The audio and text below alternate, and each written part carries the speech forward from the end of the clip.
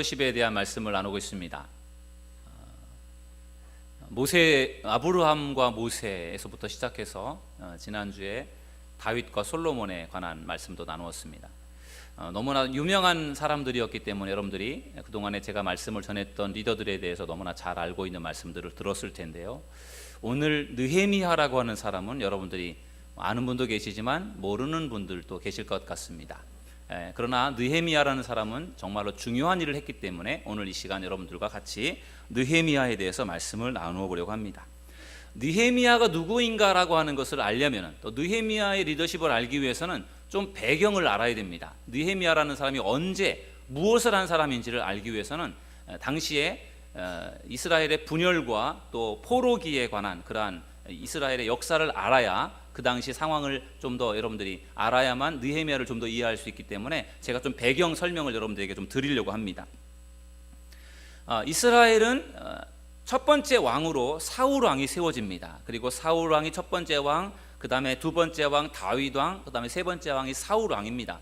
이렇게 사울과 다윗과 솔로몬에 이르기까지 이 3대 왕이 통치를 할 때는 이스라엘이 하나였었습니다. 통일왕국이라고 그렇게 말하는데, 이 솔로몬이 죽으면서 솔로몬의 아들 르호보암이라고 하는 아들 대해가면서 이스라엘이요 남과 북으로 분열이 됩니다. 마치 우리나라가 남북으로 분열되어 있는 것처럼 당시에 이스라엘도 남과 북으로 분열이 됩니다. 그래서 북쪽에는 북이스라엘, 남쪽에는 남유다가 이렇게 있습니다.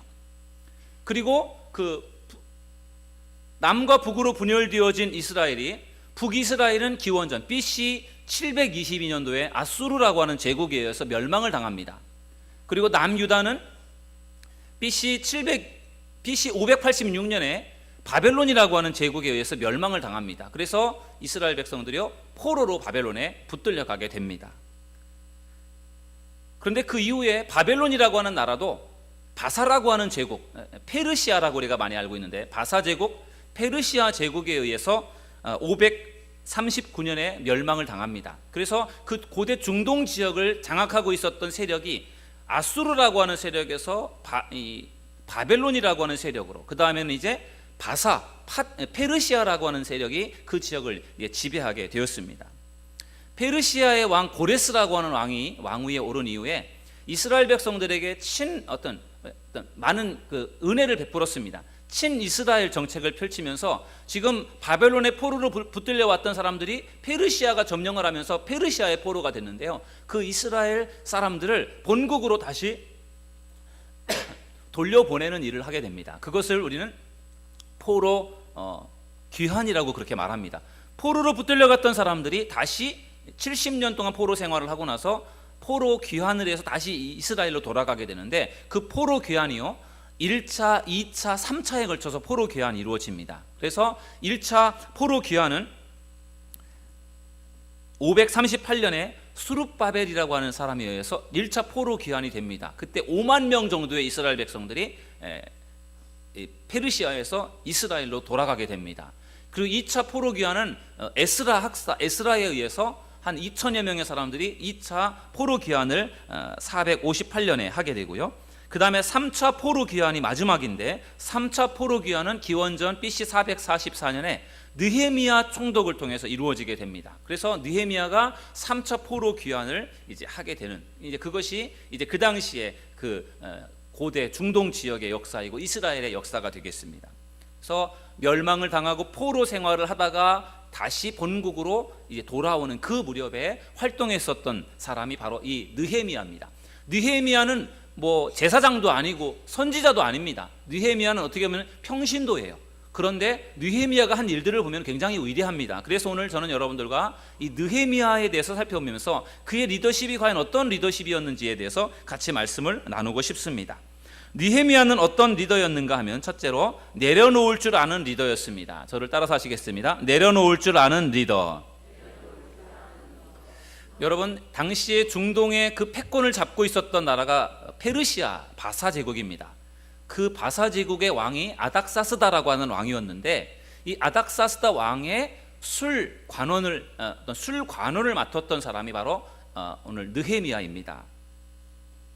여러분, 술 관원이라고 하는 직책은 왕이 먹는 술, 포도주에서부터 모든 각종 술들을 그것을 도맡아서 관리하는 사람입니다. 술을 만들어서 왕에게 바치는 그 모든 절차와 과정들을 다 검열하고 그것을 관리하는 사람이 바로 술 관원이 되겠습니다.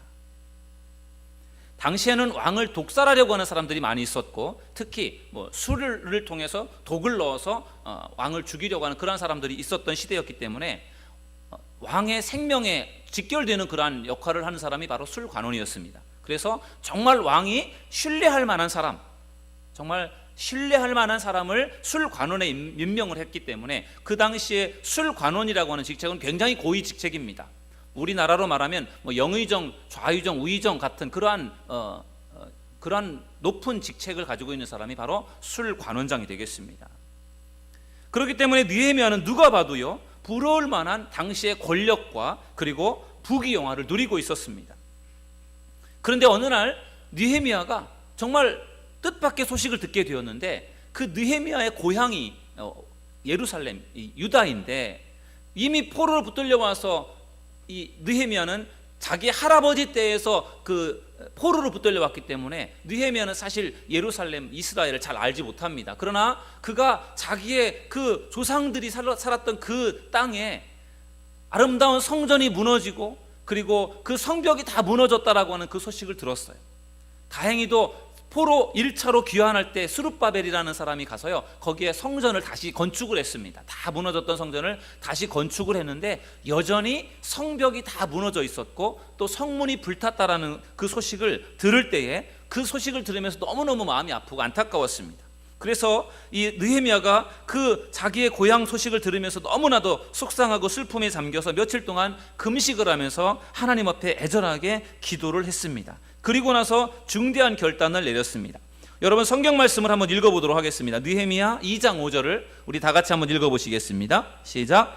왕에게 아뢰되 왕이 좋게 여기시고 종이 왕의 목전에서 은혜를 얻었사오면 나를 유다 땅 나의 조상들의 묘실이 있는 성읍에 보내어 그 성을 건축하게 하옵소서 하였는데. 아멘. 느헤미야는 예루살렘의 그 성벽이 무너져 내리고 그리고 성문이 불탔다라고 하는 그 소식을 들으면서 4개월 동안을 금식하며 기도했습니다. 너무나 마음이 아프고 안타깝고 내가 어떻게 하면 좀 도울 수 있을까라고 하는 것을 계속해서 고민을 하면서 기도했습니다. 그러면서 느헤미야는 결단을 했는데, 무슨 결단을 했는가 하면 나의 지금의 이 직책, 내가 지금 누리고 있는 부귀 영화, 이 술관원이라고 하는 이 권세를 내가 내려놓고 내가 이스라엘에 가서 그 무너진 성벽을 내가 쌓아 올려야 되겠다라는 그런 결단을 하게 되었습니다. 여러분, 느헤미야는 자신의 안전과 축복된 삶을 그것을 포기하기로 결심을 한 것입니다. 왜 그렇습니까? 그 무너진 성벽 그리고 불타버린 그 성문을 내가 그것을 다시 쌓아 올려야 되겠다라고 하는 그러한 어떤 뜨거운 사명감 때문에 자기의 편안함과 안위와 자기의 부귀영화를 내가 내려놓기로 결단하는 것, 그것이 바로 느헤미야의 내려놓음이었습니다. 여러분, 저는 이 느헤미야의 이 결단을 보면서 참 느헤미야가 대단한 결단의 사람이다라는 것을 생각해 보았습니다. 포로로 붙들려간 나라에서 그렇게 높은 직책에 올라서 나름대로 영화를 누리고 있는데 그것을 내려놓고 고난의 길을 선택한다는 것이 얼마나 어려운 일이겠습니까? 그것을 포기한다는 것이 얼마나 어렵겠습니까? 그러나 느헤미야는요, 자기에게 주신 하나님의 뜨거운 마음, 그 예루살렘 성벽에 대한 그러한 비전들에 대한 그러한 마음들을 품으면서 내가 지금의 현실에 안주하지 않겠다, 내가 나 혼자 편안함을 누리는 것은 그것은 아닌 것 같다라는 생각 속에 과감하게 그것을 내려놓기로 결단했던 것입니다. 그것이요, 느헤미야의 느헤미야의 결단이었습니다. 그런 점에서 느헤미야는 탁월한 리더였다 생각합니다. 여러분, 아브라함과 롯의 이야기를 잘 알고 계실 것입니다. 아브라함과 롯의 차이점이 과연 무엇일까요? 저는 아브라함과 롯을 묵상하면서 아브라함과 롯의 차이는 내려놓을 줄 아는 사람과 내려놓지 못하는 사람의 차이다라는 생각을 해보았습니다. 다시 말하면 내려놓는 사람과 움켜쥐는 사람의 차이가 저는 아브라함과 롯의 모습이다라고 생각합니다. 아브라함과 롯은 하나님께서 아브라함에게 갈대와 우르라고 하는 고향 땅을 떠나서 내가 너에게 지시하는 땅으로 가라, 지시하는 가나안 땅으로 가라, 그렇게 하나님께서 명령하실 때 고향을 떠나서 정말로 미지의 세계로 출발했던 사람이 아브라함이었습니다. 고향에서 내려놓을 것을 다 내려놓고 포기하고 하나님이 가라고 한 그 말씀대로 순종해서 가나안으로 갔던 사람이 아브라함이었습니다. 거기에 같이 따라 나선 사람이 아브라함의 조카 롯이었습니다. 아브라함과 조카 롯이 가나안 땅에 들어가서 열심히 양을 치고 목양을 해서요 나름대로 부자가 되었습니다. 그런데 점점 가축대가 많아지고 또 부자가 되다 보니까 아브라함이 데리고 있는 종들과 또 조카 롯이 데리고 있는 종들이 자꾸만 다투게 되었습니다. 왜냐하면 서로 좋은 목초지를 차지하려다 보니까 그것 때문에 자꾸만 다투게 된 거예요.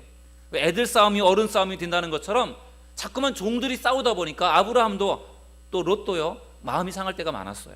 그래서 아브라함이 이렇게는 안 되겠다 생각이 되어서 우리 이제는 좀 분가를 하자, 우리 이제 좀 떨어져 살자라는 그러한 제안을 하게 됩니다. 그래서 아브라함이 롯에게 제안을 합니다. 조카야, 너가 우리는 이제 같이 살기에는 너무나 식구가 많아졌고 자꾸만 우리가 갈등이 생기고 문제가 생기니까 우리 분가해서 떨어져서 사는데, 너가 좌를 하면 내가 우를 할 것이고 너가 우를 선택하면 내가 좌를 하겠다. 아브라함이요 어른이고 삼촌이기 때문에 자기가 더 좋은 것을 우선권을 선택을 할 수 있지만 그것을 내려놓았어요. 그리고 조카에게 너가 먼저 선택을 해라, 그렇게 선택권을 주었습니다. 우선권을 주었어요. 그때 롯은 이게 웬 떡이냐라는 생각을 가지고요 자기가 생각했던 소돔이라고 하는 정말 기름지고 좋은 땅을 선택을 합니다. 그리고 나머지 땅을 아브라함이 갖게 되었습니다. 여러분, 이 말씀을 보면은 아브라함은 정말 내려놓는 사람이라고 하는 것을 알 수 있고요, 그리고 롯이라고 하는 사람은 내려놓는 사람이 아니라 움켜쥐는 사람이라고 하는 것을 알게 됩니다. 그런데 우리가 나중에 결과를 놓고 보면요 롯이라고 하는 사람이 살았던 소돔성은 굉장히 타락한 성이었습니다. 굉장히 성적으로 타락한 성이었고요, 그 성에 의인이 10명이 없었습니다. 그래서 하나님이 그 성을 유황으로 불로 그 성을 심판하십니다. 그런데 하나님께서는 아브라함을 보시고 그리고 롯을 보셔서 하나님이 롯과 롯의 두 딸을, 그의 가정을 살려주시지 않습니까? 그런데 그때 막 불이 임하여서 심판을 받는 그때에 롯과 롯의 아내와 두 딸이요 그 성을 도망쳐 나왔습니다. 뭘 가지고 나왔겠습니까? 다 놓고 나왔죠. 그의 롯의 아내는 그래도 그 놓고 온 것에 대한 미련 때문에 뒤를 돌아봤다가 결국은 죽게 되었습니다. 롯과 두 딸만 살았어요. 아무것도 챙겨 나온 게 없습니다. 그동안에 많은 것을 벌어들이고 많은 것을 가지고 있었던 것 같지만 결과적으로 놓고 볼 때는 아무것도 가진 것이 없는 사람이 되었습니다. 오히려 아브라함은 큰 부자가 되었습니다. 어떤 움켜쥐려고 하고 욕심을 부리려고 하는 사람의 마지막이 어떻게 되는지를 우리는 아브라함과 롯을 통해서 내려놓는 사람과 움켜쥐는 사람의 차이점들을 우리가 발견하게 되는 것 같습니다. 여러분, 하나님이 기뻐하는 사람은 움켜쥐는 사람보다는 내려놓는 사람이라는 사실을 여러분들 믿으시기를 주님의 이름으로 축원합니다. 하나님이 원하시는 모습이라 그렇게 생각합니다. 여러분, 우리가 하나님이 계신 저 높은 곳을 향해 올라갈 때, 예를 들어서 우리가 사다리를 타고 저 높은 하나님이 계신 나라를 향해 올라간다고 할 때요, 우리가 지금 잡고 있는 사다리를 우리가 움켜쥐고 있는 상태에서는 결국 하나님이 계신 곳에 올라갈 수가 없어요. 우리가 더 높은 곳을 향해 올라가기 위해서는 내가 지금 짚고 있는 이 사다리, 움켜쥐고 있는 손을 놓고 그 다음 높은 것을 잡아야만 우리가 그 높은 곳을 향해 올라갈 수 있는 거죠. 또 밑에 있던 손도 또 놓고 위에 있는 사다리를 잡아야만 점점 위로 올라갈 수 있는 것 아니겠습니까? 놓는다라고 하는 것이 이게 떨어지는 것이 아니라 놓을 때 더 높은 곳을 향해 올라갈 수 있다는 것입니다. 그것이 저는 내려놓음이라고 생각해요. 여러분, 하나님을 위해서 우리가 내려놓을 때 하나님께서 여러분들을 책임져 주시고 여러분들을 축복해 주신다는 사실을 믿으시기를 주님의 이름으로 축원합니다. 그것이 바로 내려놓음입니다. 느헤미야는 내려놓을 줄 아는 리더였습니다. 그래서 중요한 일을 위해서 과감하게 자신의 그 안위를 내려놓고 자기의 비전을 향해 나아갑니다. 그렇기 때문에 느헤미야는 내려놓을 줄 아는 리더이면서 동시에 비전과 열정의 리더입니다. 저를 따라서 하시겠습니다. 비전과 열정의 리더. 내려놓는 것만 잘하는 것이 아니라 느헤미야에게는 강한 비전이, 분명한 비전이 있었습니다. 그리고 그 비전을 이루기 위한 뜨거운 열정이 있었습니다. 느헤미야의 비전이 무엇입니까? 그것은 두말하면 잔소리, 성벽을 재건하는 것, 그것이 느헤미야의 아주 강한 비전이었습니다. 예루살렘 성전이 있다면, 여러분 저 그림에 작아서 잘 보일지 모르겠지만 굵은 선으로 둘러싸여 있는 것이 성벽이고 그 안에 예루살렘 성이 이렇게 있습니다. 예루살렘이 성전이 있습니다. 그 성전이 중요하고요. 그 성전을 보호하기 위해서 성전을 둘러싼 성곽이 둘러싸져 있는데 그 성벽의 그 길이가 한 3km 정도가 된답니다. 3km. 그러니까 그 3km 정도를 성을 굳건하게 쌓아서 그 예루살렘 성전을 보호하는 거예요. 그런데 그 성벽이라고 하는 것이 성전을 보호하기 위해서 지어진 것인데 성벽이 다 무너져 내렸으니까 언제든지 성전에 외적이 들어와서 성전을 더럽힐 수 있는 그러한 상황이 되어버렸기 때문에 이 성벽을 쌓아 올리는 것이 중요한 숙제였습니다. 그래서 이 느헤미야는요, 성벽을 쌓아 올려야 되겠다라는 그런 비전을 품게 된 것입니다. 그러나 여러분, 성벽을 쌓아 올리는 일, 3km에 되는 그 성벽을 높게 쌓아 올린다라고 하는 것이 결코 쉬운 일이 아니었습니다. 포로 귀환이 시작된 이후에 1차 포로 귀환을 한 스룹바벨이라고 하는 사람이요, 15년에 걸쳐서 스룹바벨 성전을 지었습니다. 솔로몬의 성전은 이미 바벨론이 침략했을 때 다 무너져 버렸습니다. 다 짓밟혀버리고 다 무너져 버린 상태에서 포로 귀환을 한 이후에 스룹바벨이 성전을 지었습니다. 15년 동안 성전을 지었습니다. 성전은 지었지만 그러나 성벽을 쌓아 올리는 그 공사는 못했습니다. 바벨론 포로로 돌아갔다가 바벨론의 포로로 붙잡혀갔다가 돌아온 지가 100년이 지났습니다. 지금 느헤미야가 오는 그때가 지금 바벨론 포로로 붙들려갔다가 돌아온 지가 한 100년이 되는 때인데요, 포로에서 돌아온 지 100년이 지나도록 성전은 지었지만 성벽 공사는 아무도 하지 못했습니다. 당시에 스룹바벨이라든지 에스라와 같은 탁월한 지도자들이 많이 있었지만 그 어느 누구도요, 성벽을 쌓아 올리는 공사를 아무도 못했습니다. 다 실패를 했습니다. 그런데 느헤미야의 마음속에 그게 딱 걸린 겁니다. 이것은 내가 해야 되겠다. 성벽을 쌓아 올리는 이 공사, 이거 내가 해야 되겠고 정말 내가 꼭 하고 싶다라는 그러한 비전을 느헤미야가 품게 된 것입니다. 그리고 그 비전을 품게 되었을 때 하나님 앞에 그 비전을 가지고 기도를 하기 시작했습니다. 여러분, 느헤미야 1장 11절 우리 말씀을 같이 읽어보도록 하겠습니다. 시작. 주여 구하오니 귀를 기울이사 종의 기도와 주의 이름을 경외하기를 기뻐하는 종들의 기도를 들으시고 오늘 종이 형통하여 이 사람 앞에서 은혜를 입게 하옵소서 하였나니 그때 내가 왕의 술관원이 되었느니라. 아멘. 여러분, 느헤미야는 성벽을 쌓아 올려야 되겠다. 무너진 예루살렘 성전 성벽을 내가 다시 쌓아 올려야 되겠다. 그러한 비전을 품었는데 그 비전을 품었다고 해서 느헤미야가 그 성벽을 쌓아 올리는 비전을 이룰 수 있다는 보장이 없습니다. 느헤미야는 지금 페르시아에서 왕의 술관원으로 있는데 그가 어떻게 예루살렘에 가서 예루살렘 성벽을 쌓아 올리겠습니까? 어려운 일이죠. 그런데 거기에 대한 강한 비전을 품었을 때 이 느헤미야가 하나님 앞에 기도를 드린 거예요. 어떤 기도를 했습니까? 하나님, 아닥사스다 왕에게 하나님 은혜를 입게 해주세요. 결국은 내가 예루살렘에 가고 싶어도 아닥사스다 왕, 페르시아 왕이 허락을 해야 갈 수 있는 것이고, 가는 것도 그냥 가는 게 아니라 가서 그 엄청난 성벽 공사를 한다고 할 때 그것도 아닥사스다 왕이 허락을 해야 가능한 일이기 때문에 하나님 앞에 기도를 드렸습니다. 하나님, 아닥사스다 왕의 마음을 움직여서 나에게 은혜를 베풀어서 내가 가서 그 일을 할 수 있도록 하나님 도와달라고 그렇게 기도한 것이죠. 여러분, 얼마나 간절히 기도했겠습니까? 성경을 보면은요, 한 4개월 정도에 걸쳐서 계속해서 기도를 했습니다. 왕에게 은혜를 입기 위해서 간절히 기도한 결과 마침내 하나님께서 그 느헤미야의 기도를 응답해 주셨어요. 그래서 아닥사스다의 마음속에 그 느헤미야가 원하는 일을 해주고 싶은 그런 마음을 품게 되었습니다. 은혜를 베풀어 주었습니다. 그래서 느헤미야가 예루살렘 성벽이 무너져서 안타까워하고 슬퍼하는 그러한 마음을 갖고 있을 때 그것을 알아보고 아닥사스다가 그 느헤미야에게 관심을 가져서 결국은 느헤미야가 원하는 것을 아닥사스다 왕이 해주게 됩니다. 그래서 아닥사스다 왕이요, 느헤미야를 예루살렘의 총독으로 임명을 합니다. 그래서 총독으로 임명을 받아서 총독의 자격으로 예루살렘에 갑니다. 그리고 그곳에 가서 그가 하고 싶었던 비전을 이루게 됩니다. 성벽을 쌓아 올리는 일들을 하게 됩니다.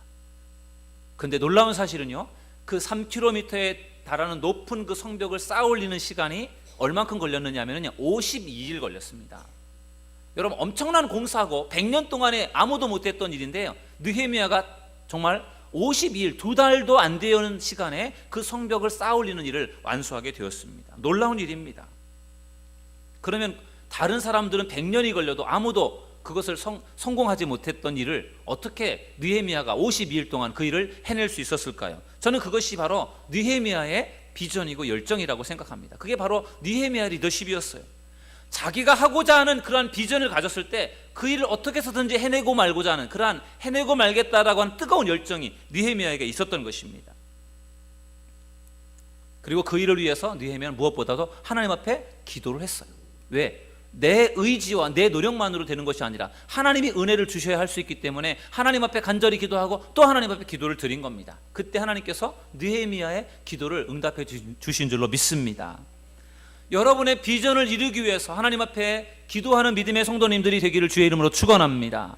내가 원하는 비전, 내가 하고자 하는 그런 꿈과 비전이 나의 의지와 나의 노력만으로 되는 것이 아니라는 거죠. 하나님의 도우심이 있어야 가능하기 때문에 그래서 우리가 기도가 필요한 것입니다. 내일부터 이제 사순절 특별 새벽 기도를 시작을 합니다. 21일 동안 시작을 하는 특별 새벽 기도에 여러분들 관심과 비전을 가지고 열심히 참석할 수 있기를 주님의 이름으로 축원합니다.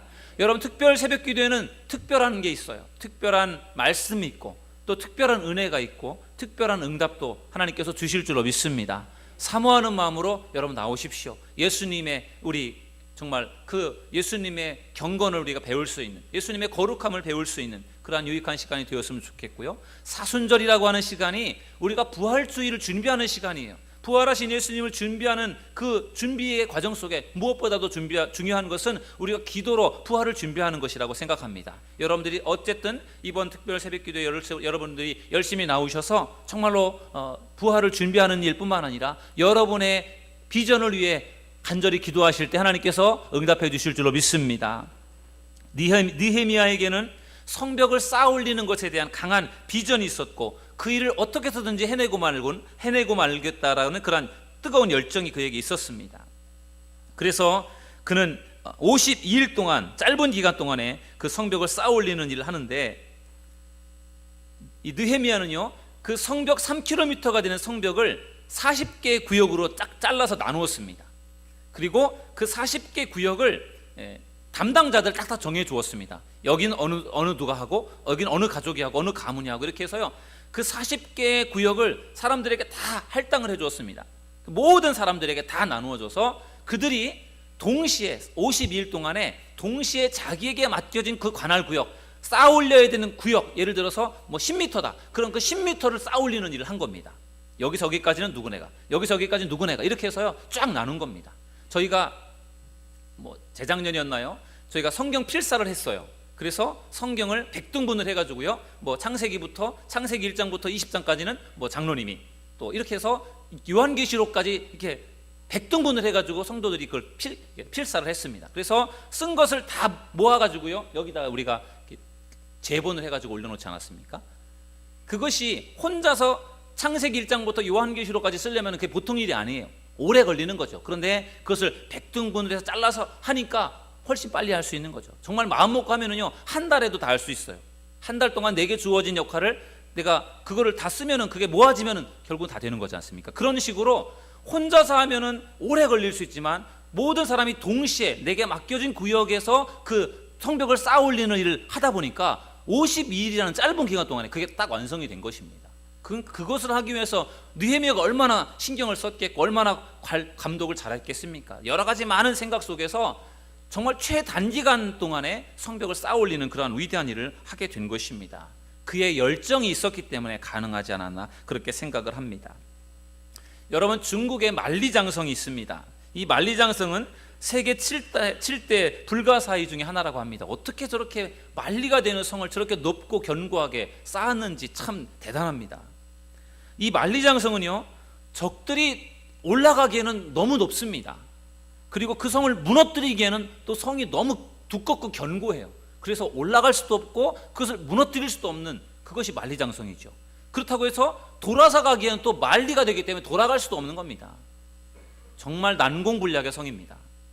그런데 이 만리장성이 완공된 이후에 1세기 동안 100년 동안요 만리장성이 3번 뚫렸다고 합니다. 올라갈 수도 없고 뚫을 수도 없는, 돌아갈 수도 없는 이 만리장성이 어떻게 3번 뚫린지 아십니까? 문지기의 매수를 통해 뚫렸다고 합니다. 적들은 3차례에 걸쳐서 모두가 다 문지기를 매수해서 그 만리장성 중간중간에 있는 그 성을 지키는 그 문지기를 매수해서 문지기에게 돈을 주고 결국은 그 성을 통해 들어갔다라는 것이지요. 성을 무너뜨린다든지 성을 넘어간 것이 아니라 문을 통해 들어갔다라는 것입니다. 뚫을 수 없지만 결국은 사람을 매수하니까 뚫고 들어가게 되더라는 것입니다. 중국 사람들이 철석같이 성벽만을 의지할 줄 알았지 성벽을 지키는 그 문지기들을 단속하고 훈련하는 것에는 소홀히 했기 때문에 결국은 문지기의 매수로 3번이나 뚫리는 그러한 일들이 있었다고 합니다. 느헤미야는 성벽 공사를 든든하게 쌓아올리는 것도 중요하지만 성벽을 쌓아올리는 것과 함께 중요한 것은 성 안에 사는 사람들을 잘 훈련시키는 것이다라고 하는 것을 누구보다 잘 알고 있었습니다. 그래서 성벽을 쌓는 것과 함께 이 느헤미야의 비전 속에는 성도들을 잘 세워야 되겠다라는 그러한, 백성들을 회복시키고 그들의 믿음을 견고하게 세워야 되겠다라는 그러한 분명한 비전이 있었습니다. 여러분, 성벽을 재건하는 일은 기원전 445년 9월 21일에 완료가 되었습니다. 느헤미야 6장 15절에 보면은 9월 21일 날 성벽 재건 공사가 끝났다라고 말씀하고 있습니다. 그런데 공사가 끝났으니까 그것을 통해서 예배를 드리고 봉헌을 하고 그렇게 해야 되는데 느헤미야는 성벽 봉헌식을 하지 않았습니다. 왠지 아십니까? 아무리 성벽을 튼튼하게 쌓아 올렸다고 할지라도 믿음의 사람들이 세워지지 않으면 그 성벽은 아무 소용이 없다라고 하는 것을 알았기 때문이었습니다. 그래서 느헤미야는 성벽을 쌓아 올린 이후에 봉헌을 하지 않고요, 집회를 열었습니다. 수문 앞 광장에 사람들을 모아놓고 거기에서 영적 집회를 펼치게 되었습니다. 느헤미야는 당시 학사 에스라를 불러서 에스라에게 하나님의 말씀을 읽을 수 있도록 그렇게 부탁을 했고, 그래서 모든 백성들이 그 수문 앞 광장에 다 모인 상태에서 에스라가 하나님의 말씀을 읽는데 무려 6시간에 걸쳐서 읽었습니다. 그때 6시간 동안 성경을 읽을 때 모든 백성들이 다 자리에서 일어나서요 하나님의 말씀을 들었습니다. 6시간에 걸쳐서. 우리가 잠깐 동안 1시간 동안 앉아서 말씀을 듣는 것도 우리에게 어떻게 보면 지루한 시간이 될 수 있는데 6시간을 서서 하나님의 말씀을 들을 때 거기에 놀라운 일이 일어났습니다. 여러분, 성경을 한번 읽어보시겠습니다. 느헤미야 8장 6절을 우리 함께 읽어보시겠습니다. 시작. 에스라가 위대하신 하나님 여호와를 송축하며 모든 백성이 손을 들고 아멘 아멘 하고 응답하고 몸을 굽혀 얼굴을 땅에 대고 여호와께 경배하니라. 아멘. 여러분, 에스라가 율법을 읽어주었습니다. 창세기, 출애굽기, 레위기, 민수기, 신명기, 이게 율법이지 않습니까? 모세오경. 그 말씀을 6시간에 걸쳐서 읽어준 겁니다. 근데 그 말씀을 들으면서 백성들이 어떻게 반응을 보였느냐? 아멘, 아멘 했다라는 거예요. 여러분, 아멘, 아멘이 무슨 뜻입니까? 아멘, 정말 그렇습니다, 맞습니다, 인정합니다, 그런 그 뜻이 아멘이지요. 또한 그들은요 손을 들었다고 말씀하고 있습니다. 손을 들었다, 손을 든다라고 하는 것은 하나님을 의지한다라는 뜻이고 하나님을 높인다라는 뜻이에요. 그러니까 말씀을 들으면서 그들이 은혜를 받아서 하나님을 높여드리고 하나님을 의지하고 아멘으로 화답하면서 그들이 은혜를 받았습니다. 그러면서 그들이요 한 사람 두 사람씩 울기 시작해서 그곳에 모였던 모든 백성들이요 다 울었습니다. 하나님 말씀을 들으면서 울었어요. 왜 울었을까요? 그들의 지난날의 죄가 떠올라서 울었어요. 그리고 하나님의 은혜가 감사해서 울었습니다. 그러면서 그들이 영적으로 회복되는 그러한 시간이 되었던 것입니다. 여러분, 성벽을 쌓아올리는 그 비전, 너무나 중요한 느헤미야의 비전이지만 느헤미야는 성벽을 쌓아올리는 것, 그것만이 전부가 아니라고 생각했어요. 백성들을 회복시키고 백성들을 견고하게 세우는 것이야말로 정말 중요한 일이라고 생각했기 때문에 느헤미야는 그 일을 위해서 최선을 다했습니다. 여러분, 성벽을 쌓아올리는 일은 52일 만에 끝났습니다. 그러나 사람을 훈련해서 사람을 세우는 일은요, 그것은 몇 년 동안에 몇 년 걸려도 하기 어려운 게 사람을 가르쳐서 세우는 것입니다. 그런데 느헤미야가 바로 그런 비전을 가지고 그 이후에도 계속해서 그런 일들을 해나가는 것을 볼 수 있습니다. 그런 면에서 느헤미야는 하나님이 주신 강한 비전을 가지고 있는 사람이었고 그 비전을 이루기 위해 열정을 가지고 있는 사람이었던 것입니다. 그래서 그가 그런 큰 일을 감당할 수 있었던 것 같습니다. 느헤미야는 성벽을 재건하는 일과 함께 이스라엘을 개혁하는 일을 한 사람이에요. 그에게 그러한 비전과 열정이 있었기 때문에 가능했던 것입니다. 여러분의 마음속에도 하나님이 주시는 비전과 열정이 여러분에게도 있기를 주님의 이름으로 간절히 축원합니다. 세 번째, 느헤미야는 포기하지 않는 리더였습니다. 저를 따라서 하시겠습니다. 포기하지 않는 리더. 여러분, 느헤미야가 성벽을 쌓아 올리는 일을 위해서 이 페르시아에서 파송을 받아서 이스라엘에 왔습니다. 이스라엘 예루살렘의 총독으로 임명을 받아 왔습니다. 그리고 이제 와가지고 성벽을 쌓아 올리는 일을 하는데 그것을 사람들이 방해했습니다. 여러분, 성경을 한번 읽어보시겠습니다. 느헤미야 2장 19절 우리 함께 읽어보시겠습니다. 시작. 호론 사람 산발랏과 종이었던 암몬 사람 도비야와 아라비아 사람 게셈이 이 말을 듣고 우리를 업신여기고 우리를 비웃어 이르되 너희가 하는 일이 무엇이냐, 너희가 왕을 배반하고자 하느냐 하기로. 아멘. 여러분, 공사를 시작하면서요 사람들이 방해를 놓았습니다. 특별히요 이 산발랏, 도비야, 게셈이라고 하는 이 세 사람이요 아주 집요하게 방해를 놓았습니다. 유언비어를 퍼뜨리고 막 폭력적으로 말을 폭력적으로 하면서 폭언을 하면서 느헤미야를 방해했습니다. 그러면 왜 성벽을 쌓는 이 중요한 일을 도와줘야 되는데 왜 방해를 한지 아십니까? 이 산발랏, 도비야, 게셈이라고 하는 사람들은요 예루살렘에 살던 유대인들과 결탁을 해서 온갖 특혜, 이득을 갖고 있던 사람들이에요. 특혜를 누리고 있었고 이권을 가지고 있던 사람들인데 느헤미야가 와서 개혁을 일으키고 느헤미야가 와서 뭔가 자기네들 것을 빼앗아가는 것 같은, 자기네 어떤 영향력을 잃어버릴 것 같은 두려움 때문에 느헤미야를 반대하고 회방을 놓았던 것입니다. 그래서 느헤미야가 추진하는 성벽 재건 사업도 악착같이 방해를 놓았습니다. 그러나 느헤미야는요 결코 그들의 방해를 받았지만 포기하지 않고 끊임없이 성벽 건축을 추진해 나갔습니다. 그들은 처음에는 언어 폭력을 썼습니다. 공개적으로 느헤미야를 비판하고 그리고 조롱했습니다. 우리가 방금 전에 읽었던 말씀에 나와 있는 것처럼 업신여기고 비웃고 그런 일들을 했습니다. 그러나 느헤미야는 그런 말들에 별로 동요하지 않았습니다. 조롱하고 비판을 받았지만 1절 그들에게 대응하지 않았습니다. 감정적으로 반응하지도 않았고 그들에게 복수를 시도하지도 않았습니다. 얼마나 많은 욕을 먹고 얼마나 많은 손가락질 조롱을 당했습니까? 그러나 느헤미야는요 거기에 반응하지 않았습니다. 느헤미야는 그럼 어떻게 그러한 어려움들을 견딜 수 있었는지 아십니까? 그럴 때마다 하나님 앞에 기도를 했어요. 억울하겠죠. 내가 잘못한 것도 없고 정말 하나님을 위해서, 이스라엘을 위해서 중요한 일을 하고 있는데 나를 비난하고 조롱하는 그런 사람들의 그러한 이야기를 들으면서요 그것을 꿋꿋하게 견디면서 하나님 앞에 기도했어요. 얼마나 속상하고 얼마나 정말로 억울하겠습니까? 그런데 그것을 사람들에게 털어놓은 것이 아니라 하나님 앞에 기도하면서 그것을 그가 이겨나갔던 것을 볼 수 있습니다.